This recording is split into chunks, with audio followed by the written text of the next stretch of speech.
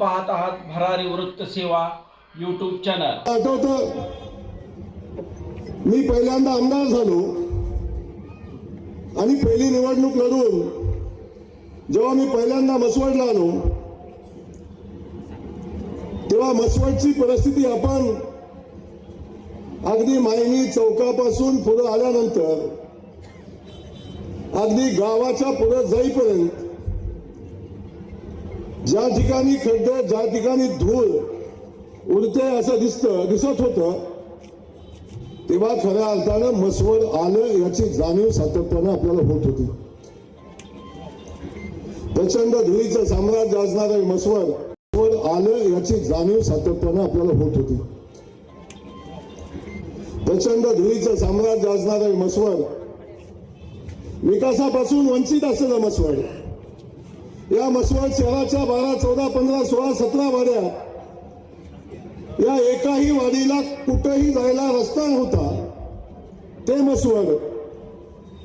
मसवडच्या बाजारपेठेत गेलो तरी सुद्धा खड्ड्याचं साम्राज्य, त्या ठिकाणी रस्ता नव्हता ते मसवड।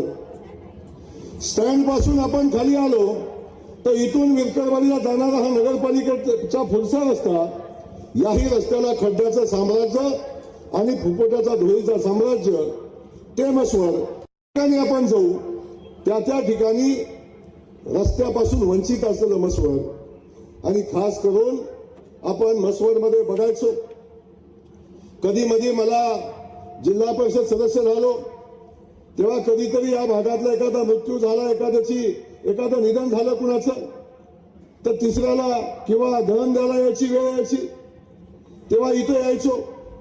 मला वाटलं, सुरुवातीला वाटलं होतं की मसवड आहे म्हणलं मसवडमध्ये एवढ्या मोठ्या शहरामध्ये खूप चांगली स्मशानभूमी असेल, पण दुर्दैवाने आपल्या सगळ्यांना माहिती आहे त्या शहराची अवस्था काय होती।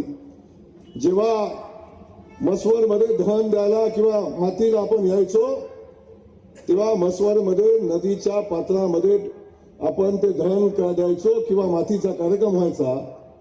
सुरेश भाऊ, खाली बघितल्याशिवाय पाऊल टाकता यायचा नाही। कुठं बसायचं हे समजायचं नाही।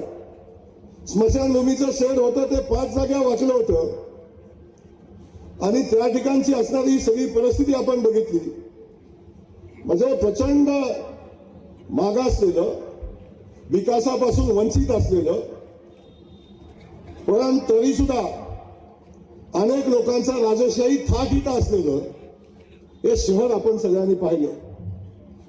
आणि जेव्हा 2011ला मी पहिल्यांदा आपल्याला आशीर्वाद मागितले आणि तेव्हापासून तुम्ही आशीर्वाद दिले आणि खऱ्या अर्थाने मसवडच्या विकासाला सुरुवात झाली।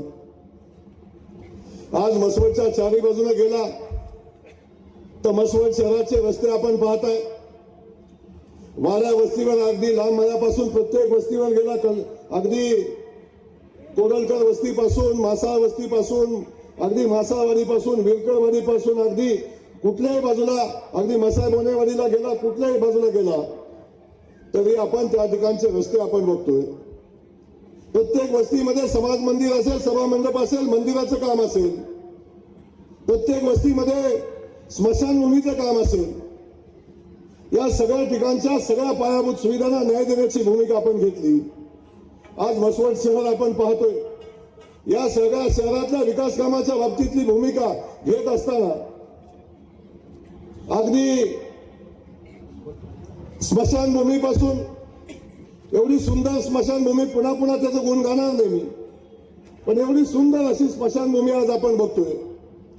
बाजूला एक सुंदर छान अशी गार्डन आपण केली होती, ती केलेली गार्डन आपण बघितलं की ती गार्डन बघायला या महाराष्ट्रातनं अनेक लोक यायची, मंत्रालयातली लोक सुद्धा सांगायची तुम्हाला गार्डन करायचे आहे तर मसवडला जाऊन एका छोट्या नगरपालिकेनं कशा पद्धतीची गार्डन केली ते आपण बघून या।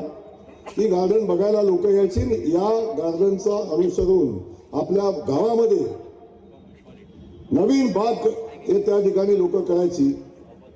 त्या बागेची अवस्था आज मी त्याविषयी बोलणार आहे पुढे, पण ती गार्डन आपण बघितली, गावाच्या बाजूचं पाणी आपण बघताय, गावाच्या बाजूचे रस्ते आपण बघत असताना या बाजूला आपण आलो तर पलीकडे दगडाची खण आपण बघितली, त्या दगडाच्या खणीमध्ये म्हणजे सिद्धनाथाचं मंदिर तयार झालं तेव्हा तिथला दगड काढला अशा पद्धतीचं काय लोक मला सांगतात, माहिती नाही खरं आहे खोटं आहे मला माहिती नाही, पण त्या खाणीतला दगड काढला आणि तेव्हापासून त्या खाणीमध्ये जे घाणीचं साम्राज्य होतं, वर्ष पाणी साठायचं आणि साठलेल्या पाण्यामध्ये डास व्हायचं. मी परवाच सांगितलं की असा चुकून माकून एखादा माणूस शिल्लक असेल ज्याला त्या खाणीतनं आलेला डास चावला नाही, असा एखादा दुसरा माणूस सुद्धा शिल्लक नसेल आणि त्याचा जवळजवळ 30-40% लोकांना डेंग्यू झाला असेल.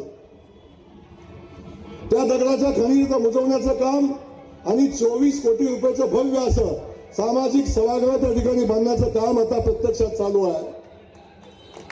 आपण बघितलं या सगळ्या बाजूने काम करत असताना अहिल्या देवीचं संकुल आपण इथं बघताय, नावे असणारं संकुल आपण बघताय, एवढं भव्य दिव्य असं संकुल उभं राहिलं.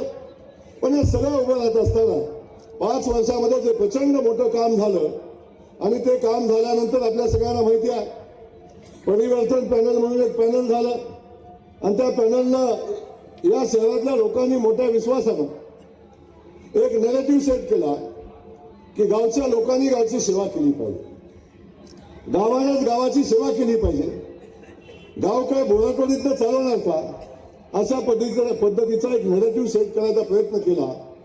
आणि आपण सगळ्यांनी बघितलं की मसवड शहरामध्ये बदल झाला. बदल काय असाच झाला नव्हता. बदल करत असताना सत्तेचा वापर करून रडीचा डाव खेळून या ठिकाणी मला वाटतं याच ठिकाणी सभेचा स्टेज होतं.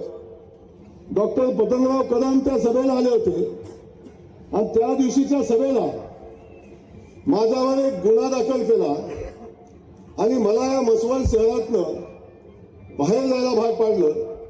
आणि बाहेर गेल्यानंतर माझा सर्वसामान्य कार्यकर्ता सैरभैर झाला आणि त्यावेळी छल करून कपट करून शकुनी मामाच्या कौशल्याने या ठिकाणी शहरामध्ये बदल झाला आणि आपण सगळ्यांनी अनुभवलं. 5 वर्षामध्ये जे परिवर्तन झालं, 5 वर्षामध्ये जे परिवर्तन झालं ते परिवर्तन आपण सगळ्यांनी अनुभवलं. या रस्त्याची काय अवस्था झाली, स्मशानभूमीची काय अवस्था झाली, गार्डनमध्ये आज गेला तर तिथं त्या गार्डनची एवढी भयानक अवस्था आहे की ते डुकरन कुत्र्याशिवाय कोण बसत नाही. ज्या ठिकाणी आमच्या माता भगिनी जाऊन बसायच्या त्या ठिकाणी आज गार्डनची अवस्था भयानक. स्मशानभूमीपासून अगदी मंजूर झालेली कामं नाही झाली, अहिल्याबाईच्या नावानं मंजूर झालेलं संकुल नाही बांधू शकलो. इव्हन या ठिकाणी आम्ही भाजी मंडई बांधली, त्या भाजी मंडईच्या बांधलेल्या भाजी मंडईच्या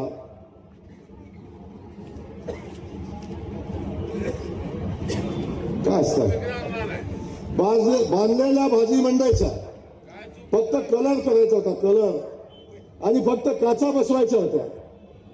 एवढे महान नेते त्या ठिकाणी बसले जे गावातनं आज भाद्रपद महिन्यातले सगळे गडी फिरतायत. हे सगळे भाद्र परिवर्तन करण्यासाठी होते. तिथं साधी या भाजी मंडईची काच बसवू नाही शकले आणि एक कलरचा ब्रश नाही मारू शकले. या 5 वर्षाच्या कालखंडामध्ये 18 कोटी रुपये या नगरपालिकेच्या अकाउंटला होते. त्याचे जवळजवळ 14 कोटी रुपये परत गेले.